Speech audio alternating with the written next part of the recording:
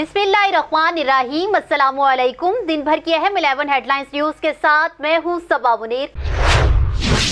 आजाद कश्मीर के जिला रावलाकोट में मुसाफिर बस गहरी खाई में गिरने के नतीजे में 23 अफराद जाँ बहक और 7 जख्मी हो गए।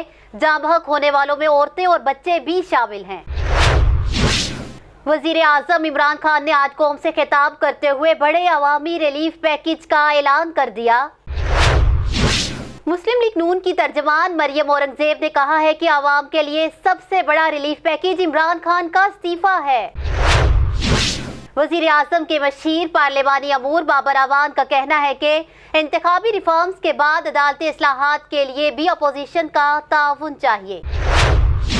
नेपरा ने बिजली ₹3.45 फी यूनिट महंगी करने से मुतलिक के इलेक्ट्रिक की दरखास्तों पर अदाद-ओ-शुमार की तफसील वाज़ेह करने की हदायत कर दी।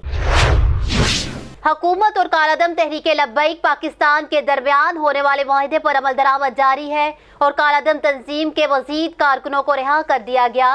रिपोर्ट के मुताबिक अडियाला जेल से कालादम TLP के मजीद 82 कारकुनों को रिहा कर दिया गया। Chief justice of Pakistan justice Gulzar Ahmed ने महकमा जंगलात खैबर पख्तूनख्वा पर बरहमी का इजहार करते हुए कहा कि गैर मुल्की मीडिया रिपोर्ट सिखाकर हमें मुतासिर ना करें।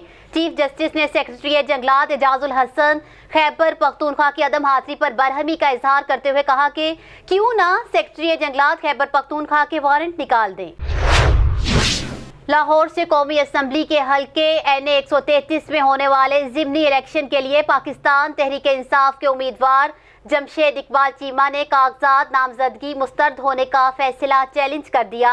NA 133 पर तहरीक इंसाफ के उम्मीदवार जमशेद इकबाल चीमा ने कागजात नामजदगी मुस्तरद किए जाने पर लाहौर हाईकोर्ट के अपीलेट ट्रिब्यूनल से रजू कर लिया।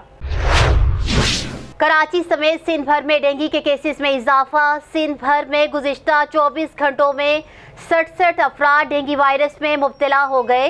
महकमा सेहत सिंध के मुताबिक गुज़िश्ता रोज सूबे में 67 अफराद में डेंगू वायरस की तस्दीक हुई, जिनमें से 40 का ताल्लुक कराची से था। पाकिस्तानी रेसर सलमा खान की गाड़ी ने 2 नौजवानों को कुचल दिया, जबकि एक मौका पर ही जाँ बहक हो गया। कौमी क्रिकेट टीम के कप्तान बाबर आजम ने T20 वर्ल्ड कप में पे दर पे फतह को भी नामुकम्मल करार दे दिया। ट्विटर पर बाबर आजम ने टीम की 2 तस्वीर शेयर की और कहा कि फख्र की बात है कि पाकिस्तान ने T20 वर्ल्ड कप के सेमीफाइनल में जगह बना ली है, लेकिन काम अभी तक मुकम्मल नहीं हुआ। 11 हेडलाइंस न्यूज स्टूडियो से फिल वक्त इतना ही। मजीद अपडेट्स के लिए देखते रहिए BBC 11 हेडलाइंस न्यूज।